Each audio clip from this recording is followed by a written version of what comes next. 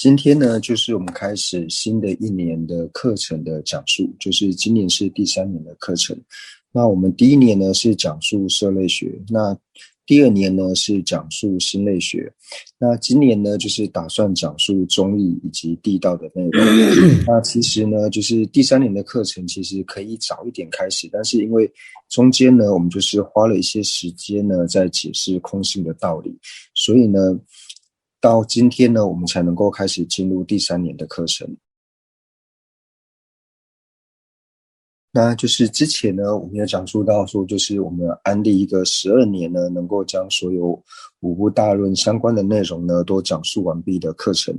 那这12年的课程呢，第1年就是讲述社类学，那第2年呢是讲述心类学，那第3年原本是预计要讲述适量论的第2品，但是呢，因为就是关于第2品就是它翻译的这个课本，还有说就是第2品它本身的难度呢，就是比较难的一门课程，加上说在三大士要学习适量论的第2品呢，那大部分都是到现观庄严论高班或者是到了中观班的时候呢，才会开始学习第2品，所以以后呢，我们再看有没有机会能够来讲述适量论的第2品。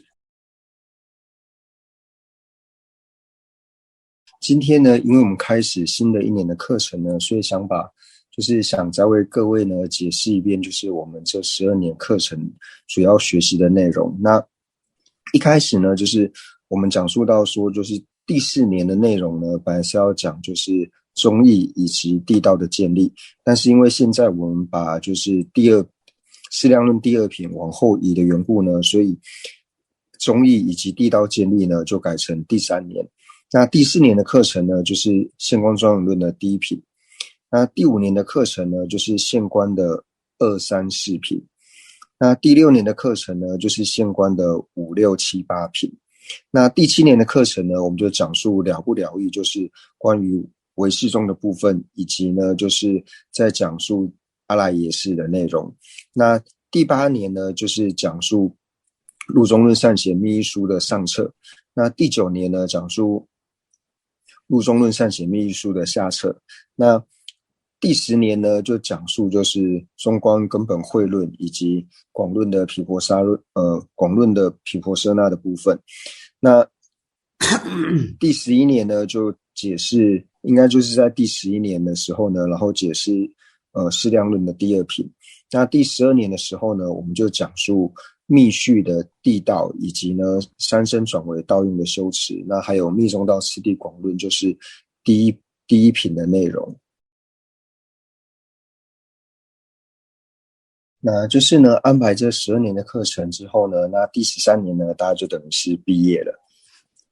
那就是为什么一开始会有想要安利这12年的课程让大家学习呢？就想说，就是大家如果说对于这个佛法的基础呢，就是有一个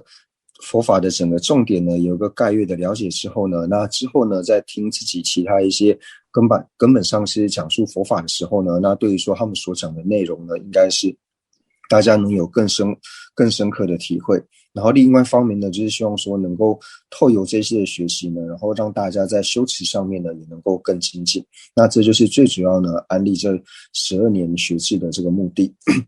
那我们现在已经进入第3年的课程，那能够进入到第3年呢，最主要也是因为说有大家呢就是护持以及大家精进学习的缘故呢，所以我们今天呢就是可以进入第3年的学习。那第2点呢，就是一开始呢，是规划12年的计划。那不过荣切说，他现在有在跟其他的一些就是善知识呢，在讨论说，就是有考虑要把这12年的课程呢，就是看能不能够缩短，就是现在有在计划。那当然说12年课程里面所有的重点呢，那当然该讲的呢都会讲。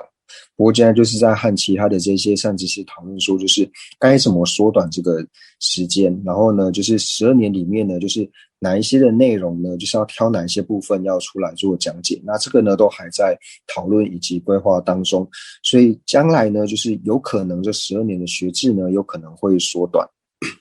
那就是我们如果把第一轮的学习呢，就是时间缩短之后呢，那如果还有多的时间的话呢，我们就可以做更深入的一些复习的讲解。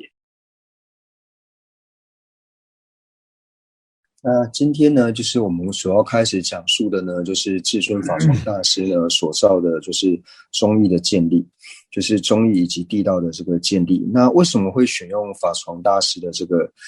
教授呢？那最主要呢，就是因为仁波切本身在学习的时候呢，他就是学习就是法床大师的这本论著。那同样呢，仁波切的善知识呢，仁波切的上师呢，在教授仁波切的时候呢，也是讲述这本论著。所以呢，以仁波切他自己本身来说呢，他就是从上师这边呢得到了这个传承。就是我们因为一般呢，上系佛法在讲述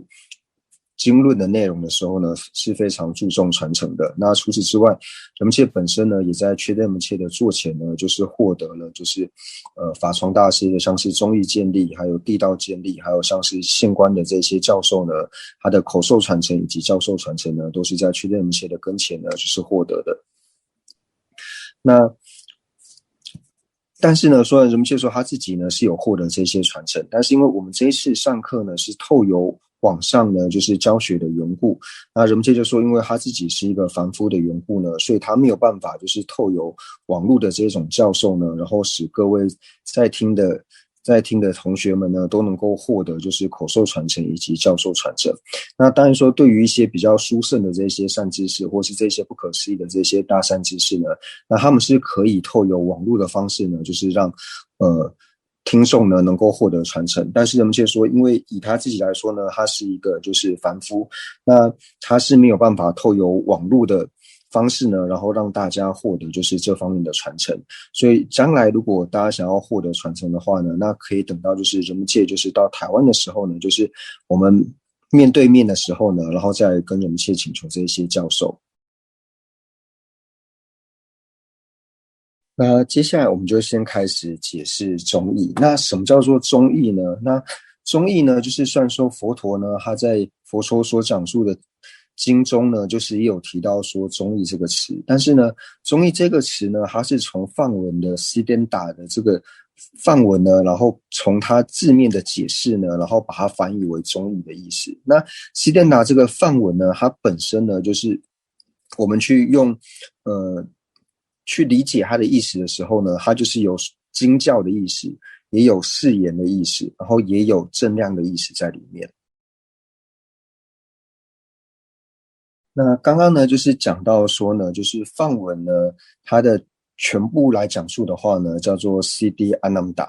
那藏文它的中译的名字呢，叫做主塔。那主呢，就是像我们刚刚讲的 Siddhanta， 它这个意思呢，它本身包含着经教、誓言还有正量的意思。那第一个呢，就是 CD 呢，就是我们讲的就是成就，就有点我们讲的西地的这个意思。那踏指的是一个边，就是能够成就西地的这个方法。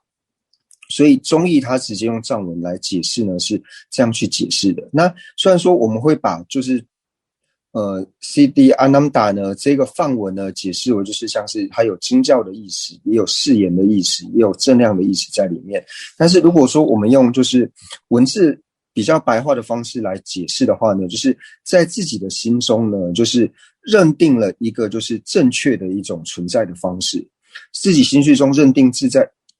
正确的存在的方式。那除了这一点之外呢，他不做其余的想法。那透由这一点，透由这个理路去成立的东西呢，叫做忠义。就是呢，你认定了就是一切事物它存在的方法呢，这种存在的方法呢才是正确的，而且说是在自己心绪里面，在自己心中，然后认定呢事物正确存在的方式呢，那除了这种正确存在方式之外呢，没有其他的存在的方式呢，那这种透由理路呢去成立的这一点呢，就是所谓的忠义的意思。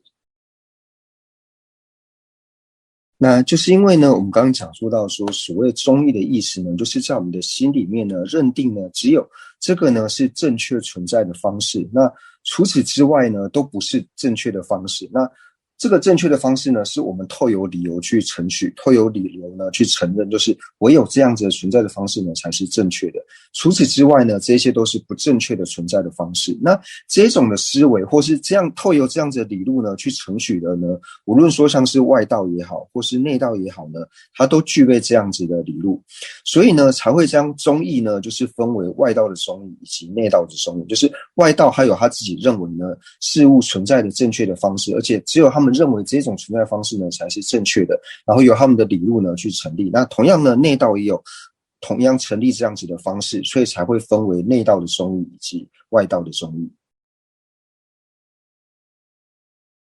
所以呢，我们在讲述到中义的时候呢，并不是说随随便便的一个理由呢就去承许一个中义。就以外道的中义来说呢，它也是透由他们的理路之后呢，然后去承许说他们所认为呢世间存在的方式呢，就是只有这种的方式才叫做正确的存在方式。那除此之外呢，都并非是正确的。所以他们都是透由理由，就是外道也是透由他们自己认为正确的理由呢，去安立他们所谓的中义。那所以就如同呢，外道透由他们自己的理路呢，然后去承许说，他们认为诸法存在的相状呢，只有这种存在方式才是正确的，除此之外呢，都并非是正确的存在相状。那同样的内道，也就是佛教徒呢，他同样也就是透由佛教他们自己的理路呢，然后去承许到说，唯有这样子的存在方式呢，才是正确的世间正确的存在方式。除此之外呢，都并非是正确的存在方式。所以由此呢，来安立了就是内道的中义，也就是佛教的中义。所以呢，我们在讲述到说中观的中义的时候呢，就是中观中的中义的时候呢，就是他透由他们自己的见解呢，然后去安立所谓的根道果。也就是说呢，中观中有情的心绪呢，透由他们的心绪之中呢，然后去认定了就是事物真实存在的这种相状，然后呢是透由理路呢去承许的，透由理路呢去安立他们所认为呢世间正确的这种存在的方式呢，那这个呢就是所谓的中观的中义。那所以一开始呢，我们是以中观中呢，然后来做解释。那同样呢，唯识中呢，也是认为说，唯识中这些有情的心绪之中呢，他们认定呢，就是事物存在的方式呢，唯有这样子是正确存在的方式。他们透有理由呢，去承许根道果的建立呢，唯有透有这样的方式呢，是正确的存在之外，除此之外呢，都不是正确存在的方式呢。那他们的这种认定呢，就叫做唯识中的中义。那同样的呢，实事中也是透由他们自己的理路呢，去安立根道果，然后呢，也承许说事物存在的方式呢，也如同他们实事中的有情心绪中呢所认定的一般呢，去承许。所以由此呢，来安立就是佛教内部呢，就是四部它各个不同的这一种宗义。那在总的中观那个宗义之后呢，那又可以去别分为，就是我们知道它又分为秩序派和应身派。那秩序派呢，又分为就是随教行以及随理行。那同样呢，唯识呢，它也是分为随教行、随理行。那实事中呢，又有一切有部和经部中。那主要呢，都是以他们的理路呢，然后去抉择出他认为根道果呢最正确的这种存在的方式呢是如何。那这种安立的方式呢，就安立了各个不同的宗派呢，然后所安立了各个不同的宗义。我们在了解了中义的意思之后呢，那接下来就是讲述中义师。那什么叫做中义师呢？就是对于刚刚呢所抉择出来的这些内容呢，就是他们心里面抉择出来正确的，就是这些有情心绪之中呢，他抉择出来呢根道果最正确的这种存在的方式呢，他心中认定也是除此之外呢没有其他的这种存在的这种方式。那他心里所承取的这个中义呢，然后他把它给宣说出来的这种呢，称之为是中义师。所以呢，我们在讲述到中义师的时候呢，是只能指着就是普特伽罗或是有情，才能够称之为是中义师。那中义呢，就是他心里面呢所支持的这个见解呢，叫做中义。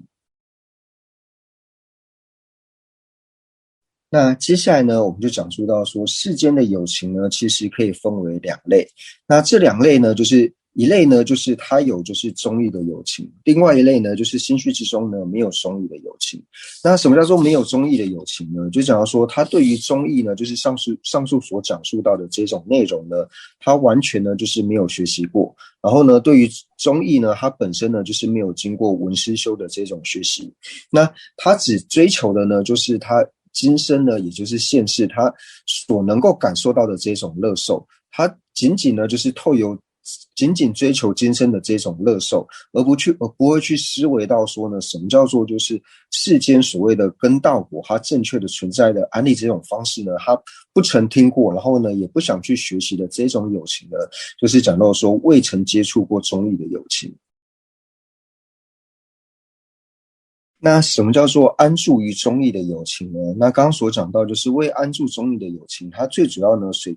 所追求的呢，就是今世的安乐。那安住于中义的有情呢，它最主要呢，就是依着经教，就是依靠着经教呢，然后透由理路呢，去抉择出就是世间呢，它根道果呢所存在的这种方式的有情呢，然后透由他所决策出来之后呢，然后去做取舍的这种友情，就称之为呢是安住于中义的这个友情。所以它最大的不同呢，就是它和未安住于中义的友情最大的差别是，未安住中义的友情呢，它所希求的呢仅是今生的安乐，但是安住于中义的友情呢，他对于今生的安乐呢并不满足，所以呢，他会透由着经教呢，透由着某部的经典呢，然后透由理路呢去抉择出它里面的内容，然后去安利它的根道果。那这种呢，就是称之为叫做安住于中义的友情。所以无论是外道中医师也好，或者说呢内道的中医师也好呢，那就以我们来说，就是我们正在学习的这些人呢，我们为什么会想要学习这些经教的内容？最主要呢，我们就是对于说仅仅每日的这种安乐呢，我们并不能够获得满足，就是因为对于说每日所得到的安乐不能满足的缘故呢，所以透由就是我们所承许或者说我们有信心的这些经教呢，然后依着这个经教的内容呢，然后去思维，就是他对于说世间的这些根道果是如何的安利，以及世间呢哪些是该取的，哪些是该舍的，然后做出抉择之后的这种呢，就是能够称之为是中义师。那他为什么要透由经教去对于说世间的这种取舍，然后来做思维呢？最主要的原因就是因为他对于今生呢所获得，或者说每日所获得安乐，他无法满足的缘故，所以他才要来做这一些的思维。那我们举一个例子来说呢，就是我们在讲说，就是无论是佛教的四部宗也好，或是外道的这种外道的中义师也好呢，那里面呢，就是最下列的见解呢，就是属于顺世外道的见解。那顺世外道见解呢，他们就是不承许后世嘛。他为什么不承许后世呢？最主要就是说，他透由呢，他有信心的这一种经典呢，他去做了抉择之后呢，然后他从这些内外因果的抉择呢，然后抉择出了说，就是后世呢是不存在的。那在了解了就是关于中医的一个基础的概念之后呢，那接下来呢，我们就开始讲述到就是佛教的四部中医呢是如何的安立。那大家呢就可以翻到课本的第一页。那第一页呢，一开始呢就讲述到说礼敬与上师护主妙音体性无二无别的至尊贤善事。那这边呢这一句话呢，它最主要呢就是归敬颂，也就是呢佛教的这些论点呢，在一开始的时候呢，都会有一个归敬颂。有一些呢，就是大部分都会有归敬颂，但是有一些就是论点呢，它不一定呢会有归敬颂。以就是七十空性颂来说的话呢，它是没有归敬颂的。为什么七十空性颂它没有归敬颂呢？因为它的内容呢，最主要是从就是中观根本慧论里面衍生出来的缘故，它等于算是中观根本慧论的一个衍生的一个论述的缘故呢，所以它就没有特别去做归敬颂。上述所讲述的呢，就是在月称论师呢，他所造的就是七十空性颂的这个解释里面呢，他有讲到说，为什么七十空性颂呢，还有回遮论呢，这两部论点为什么没有归敬颂的缘故呢？就是因为这两本论点呢，它是从中观根本会论呢所引申出来的论点。那他们的归敬颂，因为在中观根本会论当中呢，就是已经有了归敬颂的缘故呢，所以这两本论点呢，它并没有归敬颂。那就是除此之外呢，就是除了是由某一部论点所引申出来这个个别的论点之外呢，那如果说我们是为了什么目的，就是一开始就是完整的一本论述是为了什么目的呢而去造论的话呢，那都要有归敬颂。造归敬颂呢，它有两个目的。那第一个目的呢，就是自己呢要学习于过去的这些贤善事呢，就是要跟他们的行为相符顺的缘故呢，所以来造作这个归敬颂。那也就是说呢，我们以就是之前的这些先贤呢作为榜样，然后看他们所行的这些善行呢，然后我们跟着呢如是的去行持。那他们所做的这些善行呢，那大部分就像是礼拜或是供养等等。所以为了随顺于他们呢，为了随学于他们呢，所以我们也是对于说这些善事呢，本尊上师呢，然后来做礼拜以及供养。那这种习俗呢，其实在古印度的时候呢，就已经有这种的习俗存在，就是像是他们印度呢，就是在比如说自己商店第一天营业的之前，或者说呢，在他们的餐厅，或者说学校这些公家机关等等呢，他们在第一天的就是尚未营业，第一天要开门之前呢，他们一定在第一天营业之前呢，他们会先自己修法，那当然是修他们自己各自的本尊，然后对他们的资粮田呢也会去做供养等等。那这是他们一般的这种习俗。那这种习俗呢，就是演变到说现在呢，就是除了说是第一天开业之外呢，就变成说他们每天呢，就是在营业之前。每天营业之前呢，他们一定会在营业之前呢，先把就是他们的营业场所呢打扫干净。打扫干净了之后呢，会对他们自己的这些神像啊等等呢，也是做供养、礼拜等等。所以这些习俗呢，到现在都是一直存在的。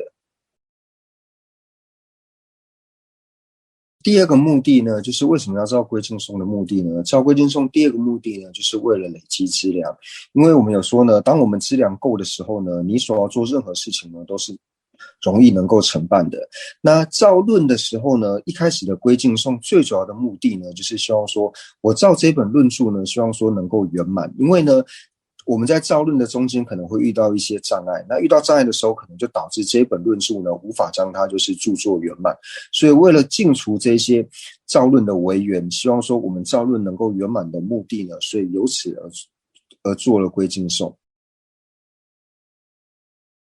我们接下来呢就开始解释归敬颂的内容。那第一个呢就讲到说就是上师。那什么叫做上师呢？上师的意思呢就是无上师的意思。那什么无上呢？功德无上。功德无上的缘故呢，所以称之为叫上师。所以我们学社类学之后呢，那第一天去辩论的时候呢，就会提问到说就是请安立上师的性相。那在安立上师性相的时候呢，我就会回答说无上师。那请问无上是代表什么无上呢？那就讲说是功德无上。所以功德无上的缘故呢，称之为是上师。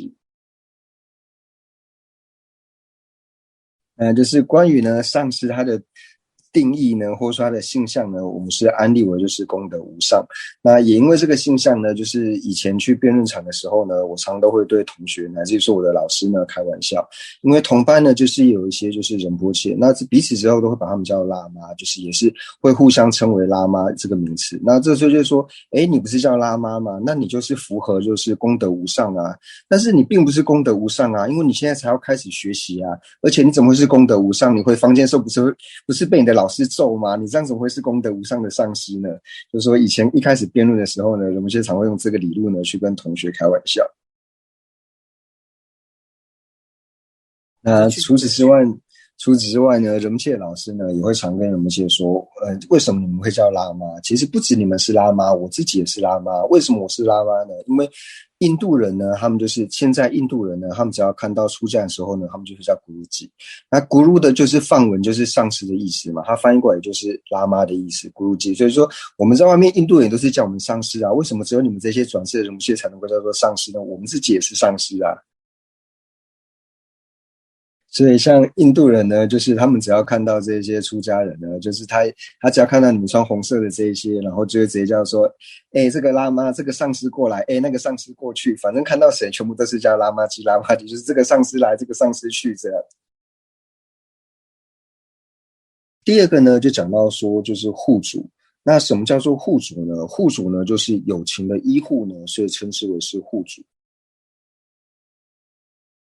那接下来呢，就解释到就是妙音。那妙音呢，就是它以藏文来说呢，第一个字呢叫做讲，讲呢是柔软的意思，是从什么柔软呢？就是从烦恼的这些粗糙呢去除之后呢，自然而然呢就变得柔软。那第二个悲的意思呢，悲呢就是最胜的意思，最殊胜的意思。藏文的第三个字样呢，样就是音的意思，所以中文是直接翻成妙音。那音呢，为什么会把文殊菩萨称之为是妙音的这个音呢？因为它具备了就是60种韵音语的功德，所以称之为是妙音。那就讲到说呢，他所归敬礼敬的对象呢，是上师还有护主呢，众生的依护，以及呢就是和文殊菩萨呢，和文殊体性呢毫无差别的这个至尊贤善士。那这个至尊贤善士指的呢，就是法幢大师他自己的这些善知识。同样的呢，就是这个归敬颂呢，它同样呢也是显示了，就是我们在广论里面呢，一开始就讲到说，道之根本呢，一指善知识。所以这边呢也讲到说，一指善知识的内容，就是我所归敬的对象呢，就是与护主呢，还有文殊呢体性毫无差别的这个善知识，也就是对于自己的善知识呢来做归敬。所以呢，这个也显示了就是一指善知识的内涵。接下来呢，就想要说，此处呢，关于就是中义的建立呢，然后又可以分为就是定义，还有呢，定义是我们所讲述的性相分类，然后还讲述呢，就是个别分类的这个意思。那这边所讲述的中义呢，那当然是指说佛教的中义。那虽然说这里所解释的是佛教的中义，不过呢，中义的意思呢，就是我们一开始呢已经解释到了，就是透由自己心绪之中呢，透由理路之后，抉择出就是世间存在的这种正确的方式，然后除此之外呢，都并非正确存在方式的这种思维呢，就是所谓的中义，也就是一般我们所讲述的见解。那当然就是外道有外道的见解，就是外道有外道的中义，以及内道呢有内道各个不同的这种中义的建立。那就是呢，这边有讲到说，想请问仁波切呢，就是功德的定义呢究竟是什么？那仁波切呢就回复到呢，所谓的功德呢，就是过失的相违品呢，就称之为是功德。那现在呢是你问我问题，就是说我已经回复了，就是过失的相违品呢，称之为是功德。那现在仁波切就要反问说，那想请问一下呢，什么叫做过失？就是说，人们界说呢，如果仅只回答无名的话呢，就是有一点就是太过狭隘了。因为呢，只要是过失呢，就是它不骗是无名啊，过失不一定是无名啊。就是呢，会回复到就是无名呢，那你可能是去思维到说，我们无明呢，就是分为烦恼所属的无明以及非烦恼所属的无明这两者。但是呢，并不是说所有的过失呢，都是收摄在烦恼所属的无明以及非烦恼所属的无明里面。我们讲说呢，就是仅为了自利呢而希求解脱的这一点呢，那它其实也是一种过失。为什么它是属于过失呢？因为对于大乘的这些菩萨来说的话呢，它是属于过失，因为你仅仅呢只是为了自利呢而去希求解脱，但是所以这一点对于大乘的行者来说，它就是属于过失，它就是相违品。这个呢，对大乘行者来说呢，是一个所断，因为他要希求大乘佛位的缘故，他一定要断除这种希求自利的解脱。那再多讲一个呢，就是讲到说呢，所有的过失呢，如果说都讲是无明的话呢，那它还有怎样的就是不合理的地方呢？就是我们才刚刚学习完，就是心类学讲述了就是心王以及心所的部分。那只要是无明呢，它一定是属于心所。所以呢，只要和无名相应的这些心王呢，以及和它一同相应的这些其他的心所呢，它全部呢也都是会是所断。因为无名本身就是一种所断，它本身就是一种过失的话呢，那和它相应的这些心王自然而然呢也就是过失，因为这些全部都是所断，所以仅仅讲述无名的话呢，它所含摄的范围就太小，因为它没有办法包含心王在里面。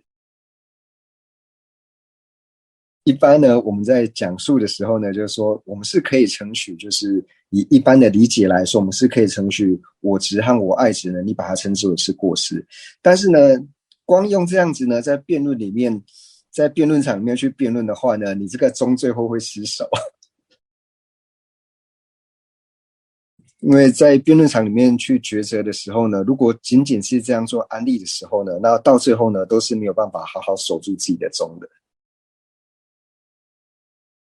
这边呢也有讲到说，过失它能够感召苦果的这些行为。那我们再放更大一点，就是说，凡是苦因呢，它就是能够称之为过失的话，那人们却说呢，就是如果只把苦因呢，就算你把苦因呢安利为是就是能感受苦果的，就是苦因呢，你要是把它安利为过失的话呢，那这里也有很多理路的这种相违，因为其实有很多的苦因呢，它其实是属于乐的部分。就是说，我们一个理路来说呢，为什么苦因呢，它没有办法就是称之为是过失呢？因为如果说苦因呢，它是过失的话呢，那对于说如果苦因是过失的话呢，那这一点就要和量呢是不相违的。就是说呢，如果我们把就是苦因呢安立为过失的话呢，第一个呢，它就是要不违约于量。就是要由量能够是成立，那第二个呢，就是我们的能全身能够成立，第三个呢，就是所安立的分别心呢能够成立。如果这三点都能够成立的话呢，我们自然而然就能够安立呢苦因呢，它就是过失。那我们在一个最简单的一个理路来说的话呢，如果你说苦因是过失的话呢，那同样呢有很多的苦果。苦果呢，它本身也是苦，它也是过失的，但是它并不是苦因啊。就以用最简单的理路来说的话，还有像是还是透由苦所生的，像是有苦所生的很多烦恼，以及呢有苦所生的这些无明呢，这些都是属于苦果，但它并不是苦因啊。因为没有又是苦的因，然后又是苦的果的，不会有这两者是不会有交集的嘛。苦因跟苦果是不会有交集的嘛。其实如果说法我执一样会有很多的过失啊，那这时候我们就可以直接问说，那像是容我执它是法我执嘛，就是一样的理路就出来了。那至于说苦因跟苦果为什么是相违的话呢，这个其实回答起来很简单啊，就是在我之前出生的跟在我之后出生的，它一定不会是同一个东西嘛。比如说下午1点跟下午2点，它绝对不会同时出现嘛。那为什么1点跟2点它不会同时成立呢？因为为什么1点跟2点无法承办呢？因为一定是1点先承办之后呢，才能够承办2点嘛。所以一个先有，一个后有，这两个当然不可能会有交集啊。所以同样呢，就是在一个物体呢，不要说物体啦，就是在一件事物之前呢所发生的，跟这件事物之后所发生的，这两个东西一定不可能同时出现嘛，不会是同一个东西嘛。1点跟0点不一样的时间嘛，对不对？不一样的时间，为什么1点先走了，先来，然后就0点以后来嘛，对不对？所以就他们不一样的时间，所以就苦因就先来，然后就苦果来，那就一样的，他们不一样的时间。所以说没有错，是1点，没有1点就不会有2点。所以但是不表示说就是1点跟2点是要一样的啊，就是没有妈妈一定没有小孩嘛，但是你不会说妈妈跟小孩是同一个东西嘛。所以今天我们所讲述的重点呢，就是第一个我们要了解中义的体性，就是中义的性相。那在了解了中义的这个体性、中义的性相之后呢，那自然而然就可以去安立出就是外道的中义以及内道的中义。那内道里面当然又可以分为就是中观还有唯识，然后呢还有下部中的这些宗义呢，我们就可以一一的将它区分出来。那我们在讲述就是宗义的时候呢，会讲述到说，先有外道的宗义之后呢，才有佛教内道的宗义。那外道的宗义里面呢，最早出现的宗义呢，就是顺世派的宗义。那在佛教内道呢的宗义呢，在世尊在世的时候呢，并没有特别的宗义师。虽然说世尊在世的时候呢，没有特别的这些宗义师，但是呢，我们会说呢，就是世尊在讲述初转法轮的内容的时候呢，是相顺于就是一切有部的这个宗义呢来做讲述的。那在二转无相法轮的时候呢，最主要是对的中观中的有情来做讲述的。那在讲述三转法轮的时候呢，最主要是对就是唯识中的这些有情呢来做讲述的。但是呢，在世尊在世的时候呢，并没有特别去安立所谓的宗义师。今天呢，就是顺便跟大家就是分享一下呢，就是我们在学习经典的时候呢，该怎样来学习经典。就比如说，对于我们今天呢所要学习的内容呢，你就是要先抓到一个重点。那我们今天所讲述的重点呢，就是你要先了解到宗义的体性到底是什么。因为你唯有了解了宗义的体性之后呢，那你才能够顺带的去了解到说，哦，这个叫做宗义。那所以呢，把这个套到外道呢所理解的就叫做外道的宗义，那套到内道呢所理解就是内教的宗义，那套到中观就是中观的宗义，套到唯识呢就是唯识的宗义。那这个呢就是透由根本的这个了解之后呢，然后我们去衍生出来，衍生能够理解的东西。所以根本的这个东西呢，你一定要清楚。那这是第一点我们所要学习的。那有了这个之后呢，那第二点呢，再是升起说，那关于这样子的案例呢，它可能会产生这样的疑惑，就是合理的地方或者是不合理的地方呢，然后再来做思维。所以这是我们学习经典呢，它最主要的一个主轴是这个样子。那这个主轴就是每一堂课的主轴呢，就是我们自己要很清楚说，这一堂课的主轴呢，到底是在讲述什么内容。那从这个最主要的主轴呢，我们可以引申出怎样的就是其他的触类旁通。那有了这个主轴之后，那我们再来思维到说，哦，如果是这样子安利的话呢，它可能会有什么样的过失，或是你会产生怎样的疑惑。就是我们学完一堂课之后呢，所要在内心之中所要建立起来的，就是你要大概能够了知到说，哦，原来这个东西叫做宗义。因为呢，如果说我们没有抓到这个主轴的话呢，而是去从很多主轴没有抓到的时候呢，就先去想其他东西之后呢，那最后学完这一堂课的时候呢，其实你内心无法去建立说今天到底特别学了什么东西呢？就是说整个的综艺课程学完之后呢，会觉得说，诶，好像有学综艺跟没学综艺好像没有太大的差别。那所以今天我们上课最主要讲述到的内容呢，第一个呢就是讲到说什么叫做宗义。那我们讲完了宗义之后呢，第二个讲述叫做那什么叫做宗义师，就是了解宗义和宗义师的差别。那接下来呢就是讲述到说什么叫做去入宗义，什么叫做尚未去入宗义，就是去入宗义和未去入宗义的差别。那接下来呢就是透着讲到说，那透由宗义呢，我们所能够衍生出来的就是了解到说内外道的宗义，以及呢就像是唯识中观等等的这些宗义。那这是一开始呢我们在解释这个宗义呢，然后所衍生出来的这些内容。那接下来我们就是讲述到归敬颂。那归敬颂呢，我们就讲到说为什么呢要有这个归敬颂，然后造这个颂的目的呢到底是什么。那就是以上呢就是今天我们所讲述最主要的内容。